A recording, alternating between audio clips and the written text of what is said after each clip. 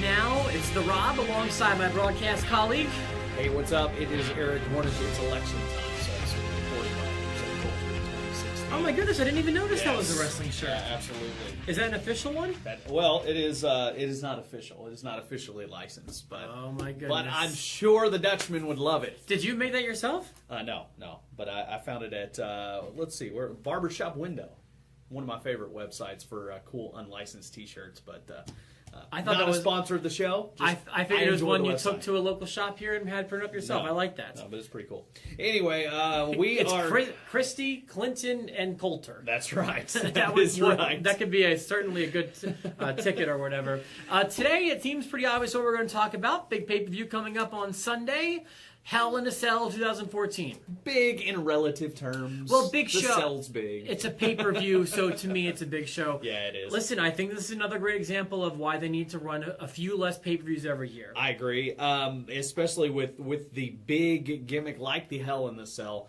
I think it has fallen short. Now, this week's Raw kind of really made a big push because I think they realized they hadn't promoted it very much, but still, it's a lackluster pay-per-view. It doesn't include the world title, so but we do have some things to talk about. I think that Jack Tunney needs to rise up here and say something about it. What is it, every 30 days you need a title defense? That's right. I agree. So was it 30 or 60? It was 30 days. I think that someone needs to come back and implement that. They never said that rule went away. Where you been, Brock? Huh? Where's my official handbook, the rule book? I need it. All right, well, we got a few matches to talk about at the show. Here's what I want to tell you my thought process here. Okay. When we go through these and we put them on the enhancement talent, our predictions, I feel like they're etched into stone and that they're for some reason more important than other predictions. And I talk myself out of stuff that I don't necessarily believe is going to happen. Yeah. So while some I feel are far-fetched, I didn't overthink this one. Okay. I'm going with my gut, even if it doesn't make a whole lot of sense. All right, and for a change here, except for maybe one match, I didn't really overthink this as well. But and they didn't overthink putting the card together because a couple of times they were just like, hey, we need a match. Let's swap the contenders for the U.S. and Intercontinental titles, right? And for the Divas Championship and the tag team rematch. So. Well, and I have to tell you, if you would have asked me a week ago, or if you would have asked me yesterday, I could tell you 2 matches on the card. Right. I could have told you the 2 on the cell right. matches, So let's go through this. Okay. You want to start at the bottom? Yeah, at the bottom, the WWE Tag Team Championship, Golden Stardust taking on the Usos. Golden Stardust, the champions, defending against former champs, the Usos. I don't see a title change here. I don't feel like there's much for me to latch on to here. I want to like Goldust and Stardust, but they're not giving me much still.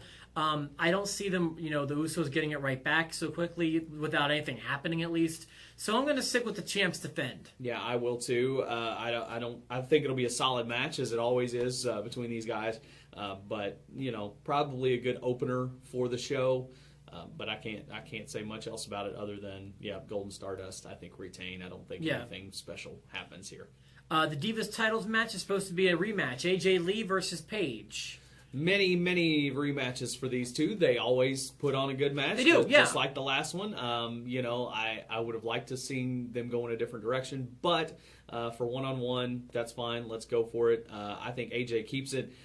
If everything I've been hearing is true about this Total Divas show, is that no diva on the show is allowed to have the title because of continuity problems It will confuse us. And if that's the case, on the next season of Total Divas, you're going to see Paige on the show and you're going to see Alicia Fox, leaving only, in my estimation, AJ Lee and Layla as the only 2 divas not on the show. So I would say AJ keeps it.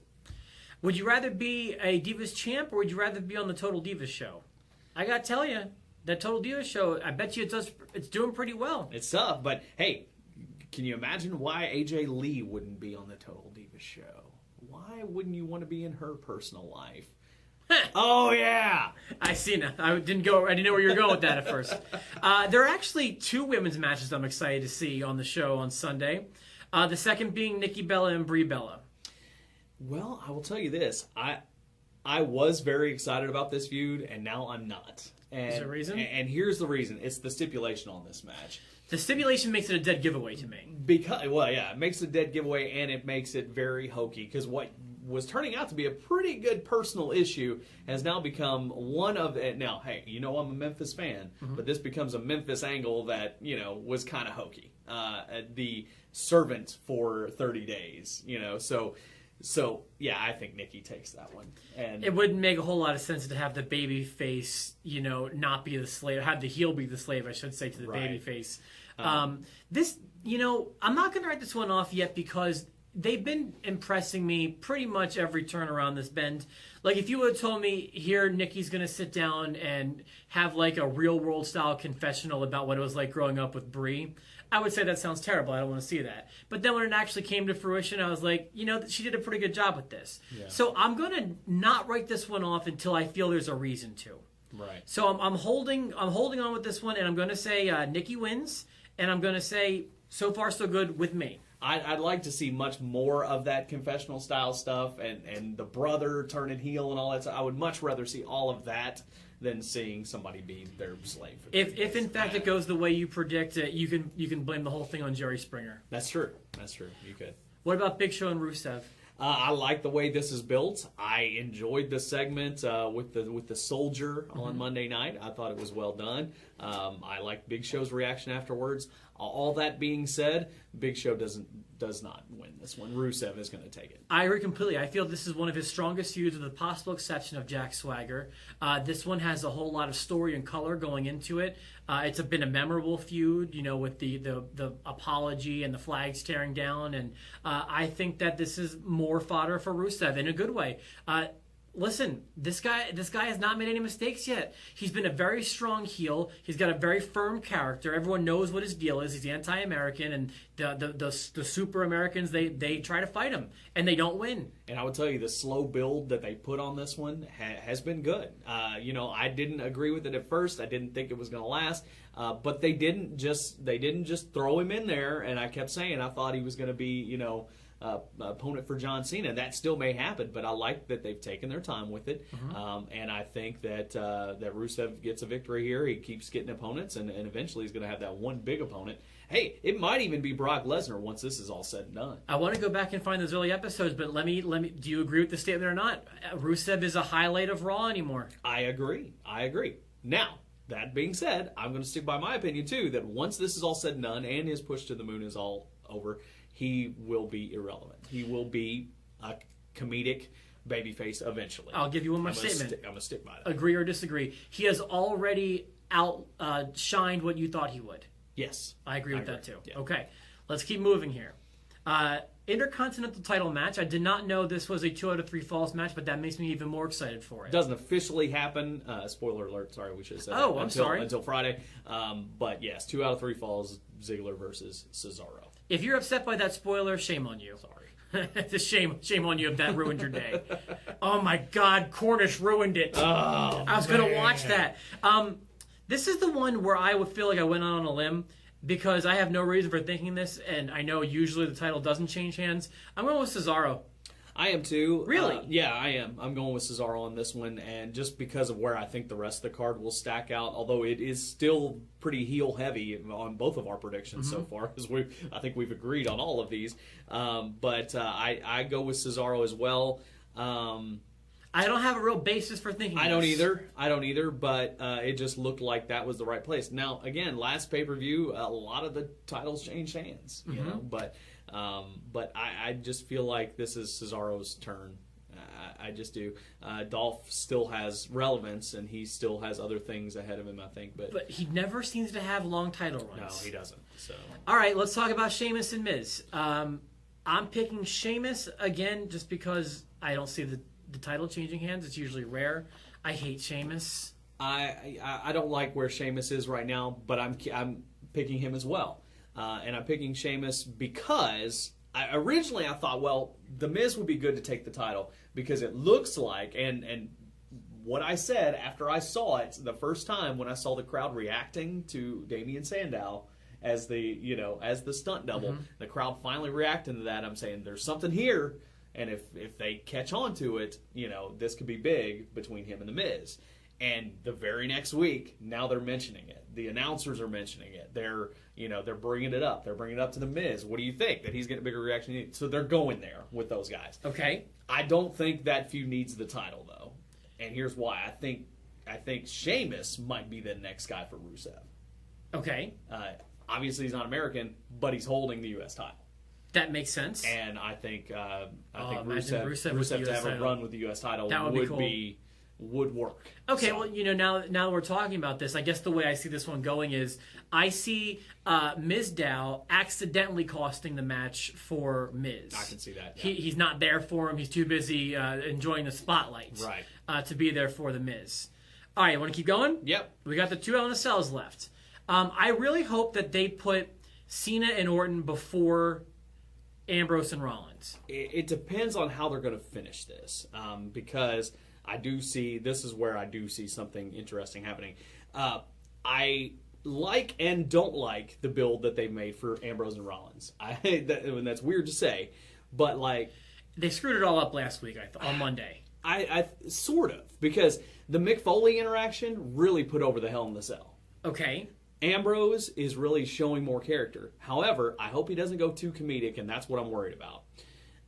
But here's the problem. Those guys are kind of jarring back and forth. They stand in the ring with each other and trade, just funny ha-ha things. When all the past weeks, Ambrose has been trying to get his hands on Seth Rollins to lead up to being in the cell where they can't get out. But now, they don't even care. They could be as close as we are right now and then just joke like, hey, guess what? This is a mannequin, and ha-ha, you green slime to me.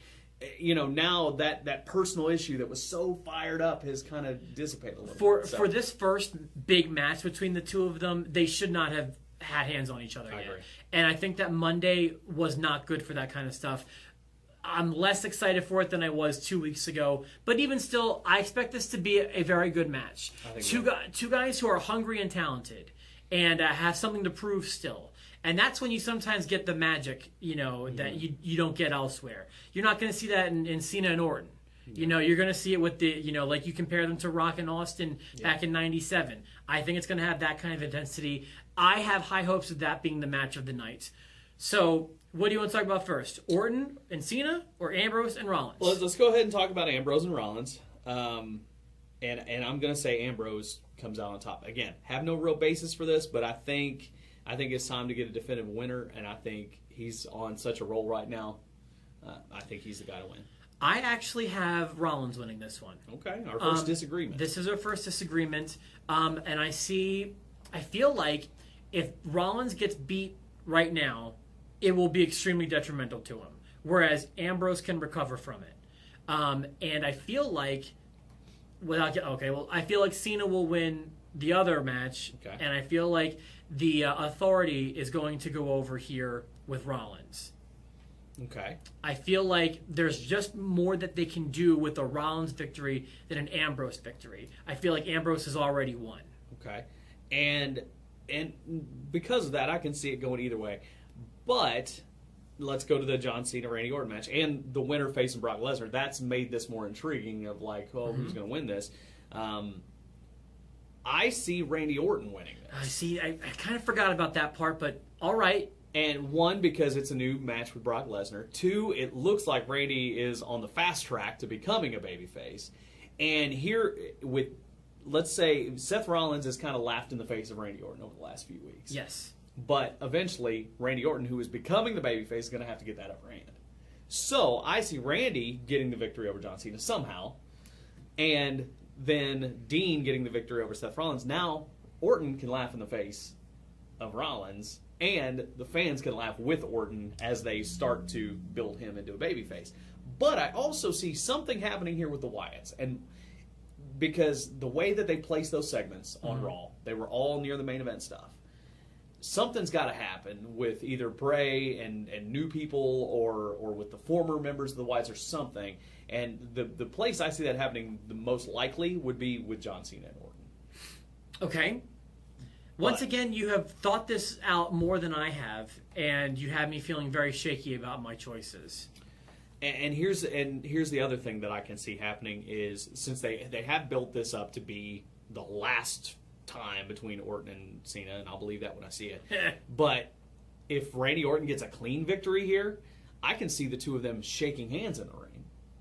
And, and perhaps the Authority, Kane and Rollins or whoever, or even Wyatt's as part of the Authority coming out and, jumping both of them. But anyway, that's where I'm going. I know it's kind of getting out there. That's where I'm thinking. I feel like you've thought this out more than I have, and once again, I don't feel confident in my choices. Yeah. And I started this episode by saying I feel very confident. This time, no. Well, I'm going to stick with Rollins, but you've got me thinking about Orton now. Okay. You've got me thinking about Orton, and I think that maybe he could leave the show as a babyface. So it won't be two heels going over. So who knows? Anyway, what do you think? Yes, please let us know. Sometimes on the shows that seem like they're not going to provide, they do. So let us know what you think. This has potential to be one of those Cinderella pay-per-views. Make sure you subscribe to us, and you can also tweet us, email us, all that good stuff. And we'll see what happens this Sunday.